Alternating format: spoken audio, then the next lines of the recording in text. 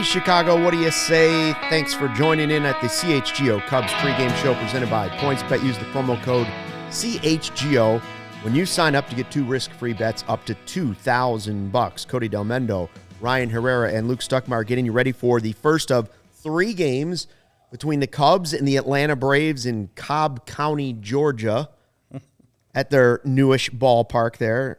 And listen, really, both teams are not playing good baseball. You know, both are coming off a tough stretch. The Cubs have lost 5 of 6, and the Braves have lost 5 of 7. The world champion Braves have lost 5 of 7. So both fan bases a little squeamish on this so far going into it, and we'll see if the Cubs can turn it around. But, hey, this is a tough stretch of games the Cubs are going to play. This is why it was important to beat the Pittsburgh Pirates. So you didn't do that. Now you have an opportunity to beat the world champs. Yeah, you get 3 in Atlanta. What is it? It's 3 in Atlanta, then 3 in Milwaukee. You get an off day on Monday, just nice. 2 at home against the Sox, off day, and 3 against LA. So And then the Dodgers. Today is one of those days where you really have to start off this tough stretch of, I can't do the math in my head right now, but this tough stretch of games where wins might be hard to come by. So if you start off on the right foot today against, obviously, a really, really good pitcher, Max Fried. Yeah, I mean,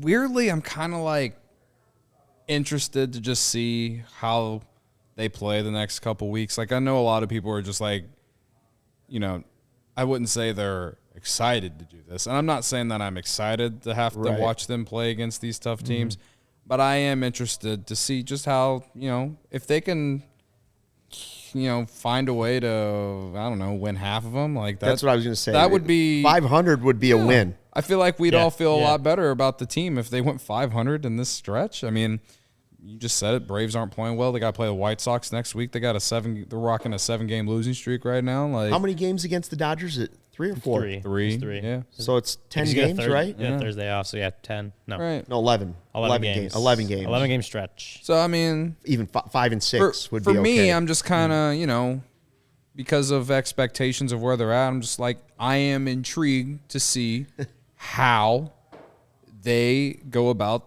this challenge. Like, will David Ross have this team ready to play against the Braves tonight and the other teams coming forward? So I don't really have too much expectations, but I am intrigued to see like you look at the Reds, for example. They've been looking real bad, like real bad. They still stuck at 2 wins. At 3 wins now. 3 wins now. Okay. Like, I don't think we can say the Cubs are that bad. So like, do we see like are we gonna get a little mix of what we saw over the weekend still, or are they gonna bounce back? Like, adversity against this, you know, the Cubs are facing some adversity right now, losing 3 or 4 at home against the Pirates, going 2-5 on a homestand. Like, now how does David Ross get this team ready to play against the World Series champions? Like, I'm intrigued to see how hard they play, how, like, you know, Stroman needs a big bounce back tonight. Like, how are they going to play this week? I feel like the Cubs may be exactly what we've seen, and that'll be inconsistent this season. And they're, you know, I optimistically said 81-81 for my season prediction. They're a couple games under 500. Yeah. I think they're going to be flirting with that 500 number a lot this season. They're going to have bad series followed by some good series. Fans were so optimistic about those first couple series because of the way the offense looked, you know. But then there's also been some negative things like the series with the Pirates. Pretty good chat going as we get ready for this series. Ravi's there. Niren says 500 through San Diego series. Jackson feeling confident about this series for some reason, he says. And the lineup is out against Max Fried, and David Ross is going heavy right bats, right? All right lineup. I mean, Ian Happ is technically a switch hitter, but it's all righties. They're all going to be hitting righty against Max Fried, and you know, you got your boy Michael Hermosillo at the top. I know you've been waiting on that one. Oh, yeah, you have. Off. I mean, it's an all righty lineup, which, you know, in this day and age, is maybe splits are getting a little different between lefties and righties, but like traditionally, it's like you want to throw as many righty bats as you can against lefties. So you do like to see that Ross is going with that all 9 right-handed bats. Try to attack Max Fried the best they can. I see Atlanta lost 5 of 7. So yeah, I mean, they're experiencing that World Series hangover, as they like to say. no Ronald Acuna right now, so that's we're missing Not- Acuna not by till like a not week till or next week, something? man. Not till That next is week. so I'm lucky. telling you. And well, listen. So you're looking at a Braves team that doesn't have Freddie Freeman and doesn't have Ronald Acuna. Okay, nice that they don't have Freddie Freeman anymore too. But Matt you'll see Olson, him. not You'll bad, see him in just a but- couple days. Yeah. Matt Olson, not He's bad, good. but Yeah, he's still, yeah. They still have Albies, Dansby Swanson. Yeah. There's still some big and Max hitters in that Fried's, lineup. he's no joke. He's a great pitcher. So, yeah, I'm you knew the Cubs were going to put a heavy righty lineup against Fried, though. Like that's what Ross has been doing all season to this point. So, Yeah, I mean, you even have Gomes at DH, so you have both catchers in there, and that's something you liked, Cody, early on in the season. You're like, "Ooh, I'd like to see this a little bit more." Both guys, didn't matter who was DHing at the time, but tonight, yesterday I went on a rant about not having Rivas in the lineup. I don't necessarily like the matchup of Fried against Rivas lefty on lefty, so I don't mind Gomes being there at the DH tonight with Contreras as your catcher.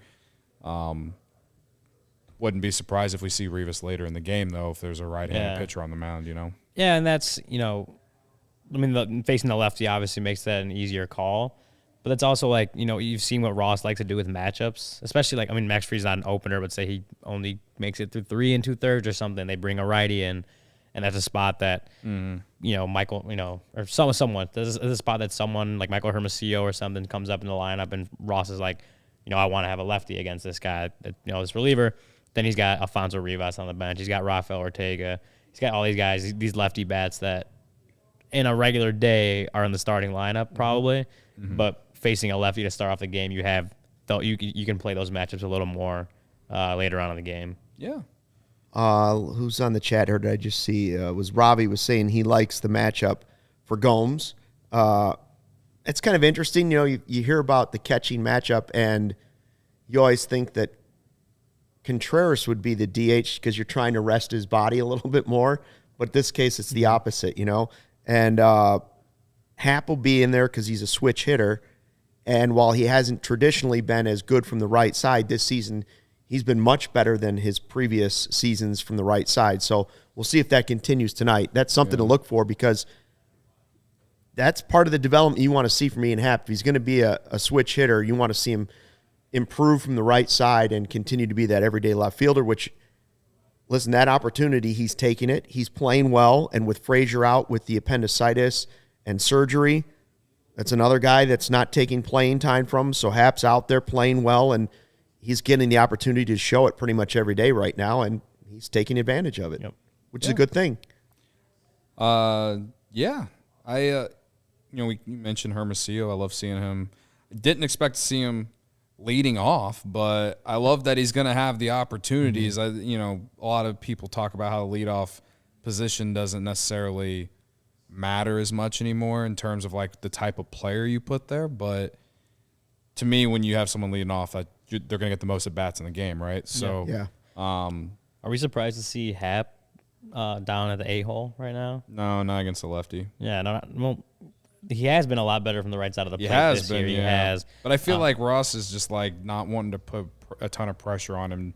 You know, that could be it. Because historically he hasn't hit well from the right side, like as well as he does from the left. Right. He has started off this season very well from the right side, but if he's still doing that in July, then perhaps we should move him up. But like just keep easing him in, Yeah, and I do also like because again Happ has been better against righties this year than he has been in the past. Then you got Horner right after, who's on a little bit of a hot streak himself.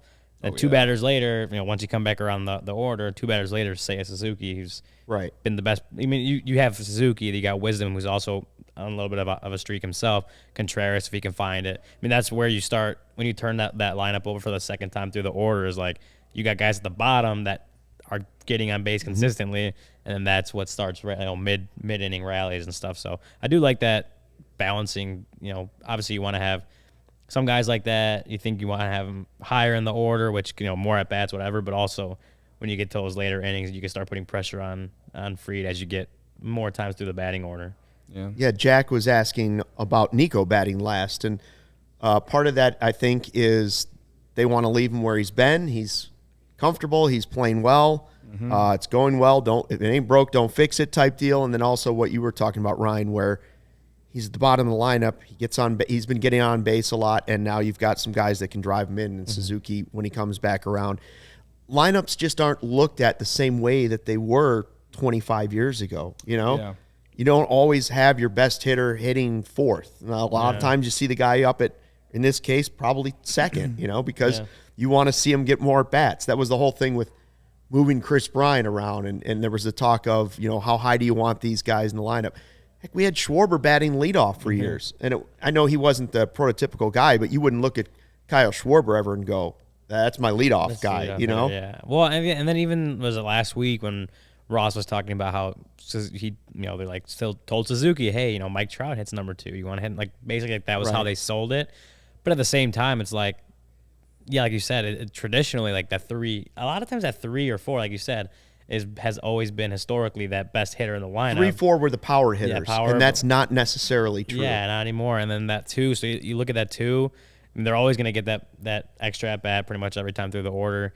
And yeah, I mean, the Mike Trout does hit there a ton. Like I didn't realize that until Ross mentioned it, and I went back and looked at Angels lineups. Like Mike Trout hits second more often than not. So it's like that's just when you got the best player in the game hitting second in any batting order. That's definitely not something that's like new age of lineup creation. I feel like the idea, and a lot of times now, is just get your 3 best bats first, second, and third, so that you get them more often than not. Even wherever that might be. I like seeing Wisdom batting third because Contreras has been batting third a lot lately, and nothing against him, he just hasn't hit well in the spot of late. I like having him there in that 4-hole, mainly because the RBI chance will still be there, but I think you're rolling with the hotter hitter at the moment with Wisdom batting third. I know it's only one spot difference, but for some reason, I was kind of getting over Contreras in the third spot. And maybe that's just me overthinking things. You guys can let me know, but I don't know. I just I like Contreras somewhere between 4 and 6 historically. I like him somewhere there, just not third.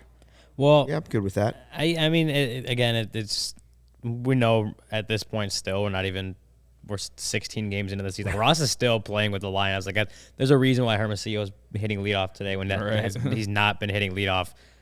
I don't know if he has hit leadoff yet this season, but Ross is still tinkering with the lineups and stuff. I think he really likes Suzuki at second, and once he saw that Suzuki was getting really comfortable on the box, adjusting to major league pitching.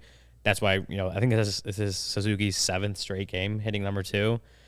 Just the rest of the lineup, you can see how he tinkers with it and tries. He had Madrigal leading off a couple days ago, and now he's hitting 7. So it's just I think he's still trying to figure out. I don't know that you'll ever have a number 1 consistent lineup that he plays all season, but you're gonna see him go up and down while he tries to figure out where guys best fit, and especially when you're playing the matchups as much as he does. Ross is you're gonna have inconsistent lineups just because that's how he has been tinkering, and I think that's how he's gonna be doing it for a while. Yeah. Jack says, I see what you're saying, but Nico needs more at bats. I'm not disagreeing with you. I just think he's playing well where he's at. This is a very important year for him.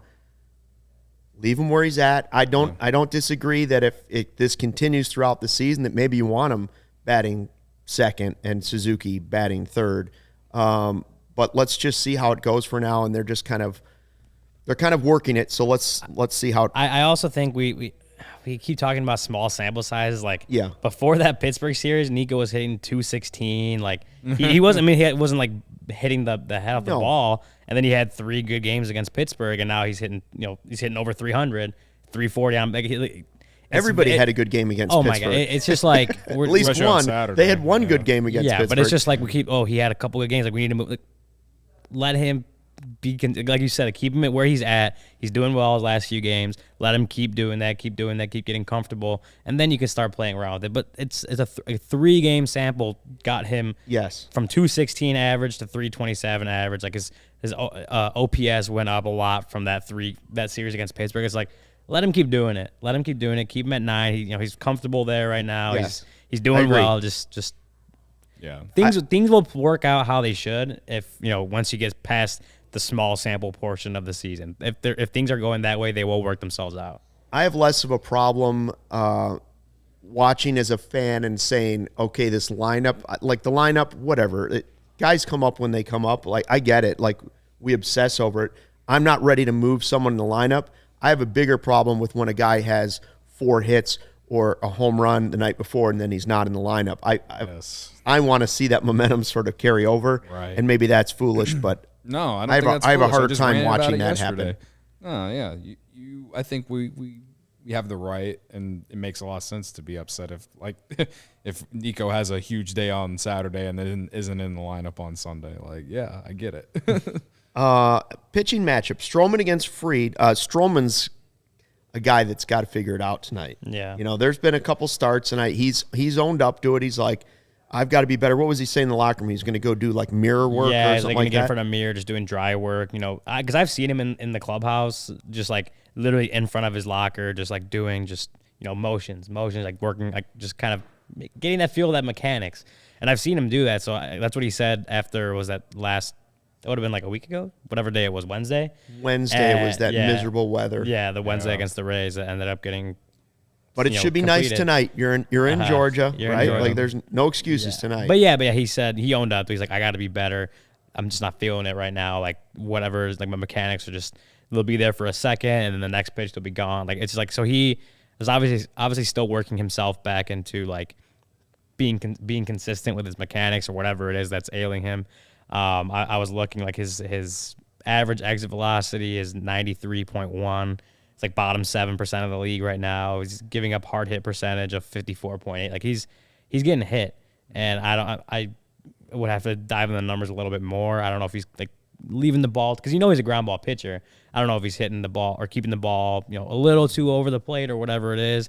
But he's getting hit a little harder than he usually does, and maybe that just goes to he's not mechanically there. Right. And so once he starts figuring that out, he gets that because he's a very command-oriented pitcher, and so if it's the mechanics aren't there, the command isn't there where he wants to be, and that's why you're seeing this jump in exit velocity. But when he does start figuring that out, maybe that command he gets better feel of that command, and then you start seeing those numbers dip because bottom 7% of the league in those two categories is not something that he's like ever historically been. So you don't want to see him stay there very long. Oh, definitely not. You look at the box score for his last start, and you're like, that was awful. But remember the conditions. Also, bad defense. Remember the bad defense. Yeah. VR's not in there tonight. Mm-hmm. Nico's at short, and ground ball pitcher. You got a good defense. Your best defense probably behind you. You got Wisdom at third, Nico at short, and then Schwindel and Madrigal. That's probably their best defensive lineup out there, I would say. Until Simmons comes back, right? Yeah. So, which we'll get to. I think it bodes well for him tonight. And again, I think the better weather conditions we'll definitely see a completely different Stroman tonight. And there were a few innings in that bad start where you felt like he was starting to get it together, but then just really fell apart at the end. So. That is what it is. The last start to me is just throw it out the window because they shouldn't have even played that game. And going back to that command, he's walking guys at his walk percentage based on ball percentage 9.7%, which if like the season ended today would be the highest of his career. So again, it's like you look at it, it's like the command he's talked about. Like the command is not that something's off, and he's working on that. And so maybe you just see as he starts getting back into mechanically sound, mechanically right, that command come back. Because a lot of these things are like career worsts that like when you look at it, is like the command might just be off because of whatever is going on with him mechanically. Mm-hmm. So again, like too early to panic. Yeah, I think it is too early to panic. Yeah, when you see like tweets and stuff from like oh we shouldn't have signed Stroman, and like people are tweeting that stuff. I was like, a little early. You can, a little early. What would Cubs Twitter be if we didn't overreact? Oh yeah, he started 3 games, like and a couple of them haven't been too pretty, like weather-wise. So tonight's a good night. Yeah, tonight's a good night to go 1-0, Cody. Yeah, tonight's a good night to go 1-0. I plan to go 1-0 on Points bet. Oh, yeah. That's you what like I thought. that transition. I thought. I'm taking Max Fried under 5.5 strikeouts tonight. Ooh. Because the Cubs mash left-handed pitchers, and they don't strike out a lot. So, you can place that bet over on PointsBet before first pitch. And the best way to support CHGO is if you download the PointsBet app and use code CHGO when you sign up. If you make a $50 or more first-time deposit, you receive a free CHGO membership, which unlocks all of our web content, and you'll even get a free shirt of your choice from the CHGO locker. I'm rocking a shirt right now. It's awesome. It's very soft. It feels very good on me right now. So go buy one. If you have any questions, email pointsbet@allchgo.com and we'll help you. Remember that PointsBet is your home for live in-game betting. They even have a new exclusive feature, live NBA same-game parlay. For the first time ever, build the perfect live same-game parlay only with PointsBet. Combine your favorite bets anytime during the game. You can even boost your live same-game parlays. And now online sign-up is available in Illinois. You can actually download the PointsBet app right now and register your account from start to finish all from your phone. Signing up with the fastest sportsbook is now easier than ever, so you can start living your bet life in seconds. Use code CHGO to get 2 risk-free bets up to $2,000. So what are you waiting for? Once the game starts, don't just bet. Live your bet life with PointsBet. Gambling problem? Call 1-800-522-4700. You're not dabbling in the scoreless first inning tonight? Oh, I was thinking about it. That's usually your go-to move. In the I might do it. Uh-oh. Well, I was going to go with him on it if he was confident, but that was an iffy. Yeah, it was it makes a lot of sense. We got a good pitching matchup tonight. Yeah. I like it. Let's take a look. We haven't taken a look at our power rankings for the Cubs. Cody and I put that together before the season. We had Contreras number 1. We've revisited our power rankings. We'll adjust them throughout the season, and we've moved Say up to number 1 just because he's been so good, consistently good. We've moved Hap up to number 2 because he's been off to a good start. Contreras has got the home runs. He does a great job behind the plate, but we moved him down to number 3. Doesn't mean he won't be back. If you had to say the value of the players, that's not necessarily what we're talking about. Right. Nico Horner's worked his way into the top 5. Yes. And do you feel good with Keegan Thompson? Do you feel good about that top 5 right now? I want to hear from Ryan because you said me and you put it together. I think you guys have Keegan Thompson too low. Too low? I think he should be number 2, if not number 1. Ooh. Just the way he's pitched this season, like out of that bullpen. He hasn't given up a run. I can go for that. I'm just also trying to factor in like sample size a little bit. Like and we don't see him every day. Well, I just think he's leading the. I feel like on Fangraphs, leading the Cubs pitching staff in WAR. You look at Baseball Reference, leading the major leagues pitchers in WAR. Like he has been incredible out of the bullpen. 13 2/3 scoreless innings, like coming in and not just like we talked about this how Ross. When he said when he was coming up, like, the long reliever, a little misused. He's not using Keegan Thompson just as a guy to eat up innings. He is using him to eat up innings, but also putting him in high leverage situations that you see Keegan Thompson doing really well in. Right. And when you have that much confidence in a guy, power rankings are completely. These are your guys' power rankings. Right. Like they're so subjective. And here's the thing, Ryan. I don't even know what our power rankings necessarily. Yeah. What we're really calling them. Maybe we need to define it better. But like if you want to call power rankings best Cubs players this season, it would be Suzuki and Keegan Thompson. Then it would be number 1, number 2. I'm also trying to put in like player value. I'm kind of factoring in a little bit like history. Like I thought maybe we should even have Hendricks in there because of just who he is and he pitched better. So we did trending up and trending down, and we put Kyle Hendricks trending up after that last game, and we took him out of the top 5. Jack has Thompson number 2 on his in the comments. Yeah, and again, if you're just specifically saying they're best players this season, then you would say that. If you're saying best players right now in the last like week or two, you would say Keegan Thompson. Yeah. But if you factor in some of the other things, then maybe I make him work his way up a little bit. Yeah, he's got to earn it. He's got to earn it, but he has. I think because you also can't you also have to take in the fact that he is a pitcher and he's not going to pitch every single he won't play every single day like that. That just takes into things account. But when he does, and that's why I wouldn't put him ahead of Suzuki. I wouldn't either. I'd put him number 2. Seiya plays every day. Yeah, Suzuki's played every day and has been outstanding. especially compared to what we expected a lot. Some issues, and that just hasn't happened. He had that little mini couple games, but that was like nothing. Speaking of other pitchers, I do like Kyle Hendricks trending up. Didn't you have him trending down on the first one? Yeah. You had him trending down on the first one? Yeah, because he had a terrible spring, all right? And I overthought it, and then I came on this podcast, and I apologized to everyone, so don't yell at me. Now the trending down is VR because of the defensive problems, not because of what he's been doing with the bat. He's been pretty good offensively. And we heard today from a lot of the beat reporters are putting out that Andrelton Simmons has been slowed down, and that's, part of the problem was him at shortstop would normally be Andrelton Simmons filling in for Nico Horner to give him a day off, and it looks like that's been pushed back even further. So, yeah, I mean, great. When you see the week that VR had defensively, like you said, he's been good with the bat, but just like it was close to the hips.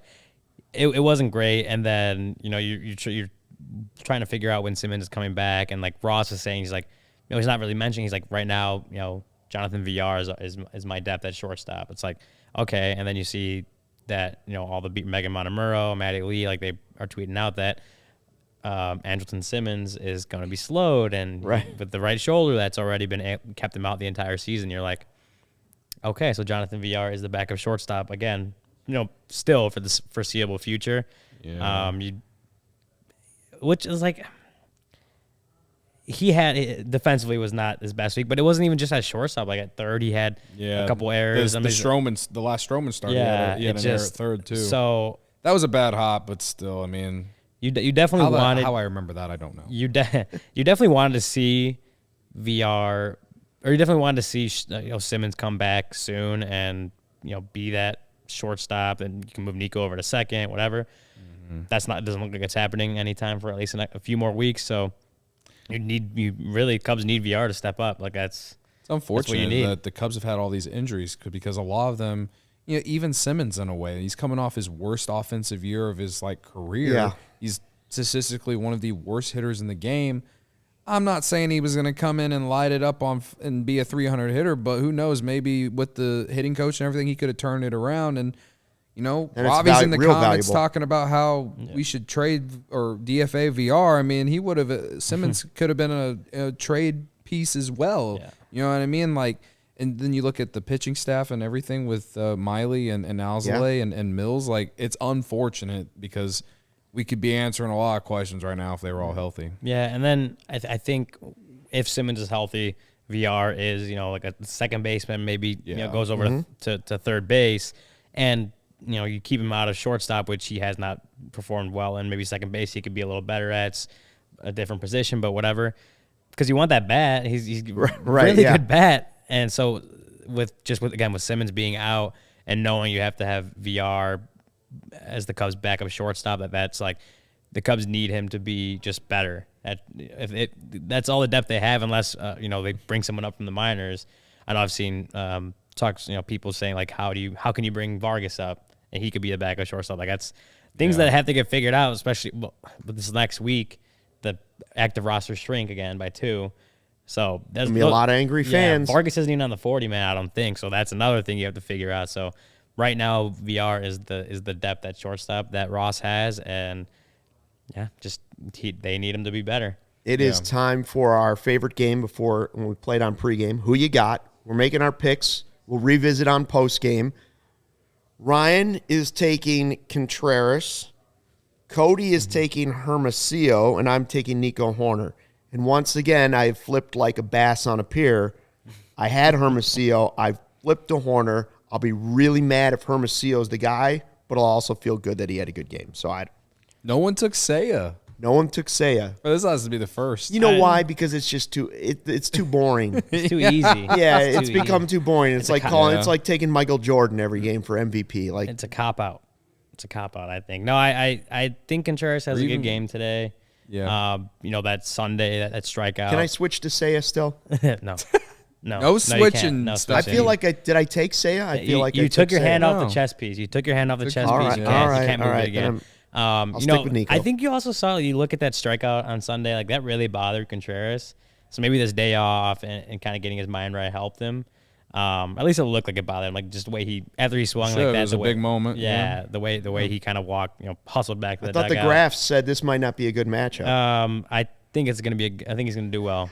Sometimes Statcast doesn't tell the whole story. No. Yeah, Hermosillo, this is like a good chance for him to really earn more bats too. And they've literally only been using him against lefties, but kind of like the whole thing with Rivas, like we got to see more of him. Hopefully gets a couple hits tonight, maybe drives in a run, something like that. Maybe that leads to Rossi thinking maybe we should play this guy more. That's my hope from Hermosillo. Jack's riding with me and Nico. Ravi is going with Schwindy City. So we'll see how it works out. We'll see you in the postgame show. Thanks for dropping by the CHGO Cubs pregame show presented by PointsBet. Join us after the final out. We'll be talking everything Cubs baseball for a full hour on the postgame show. We hope you'll enjoy all that fun and jump in on the chat after the game. We'll see you then.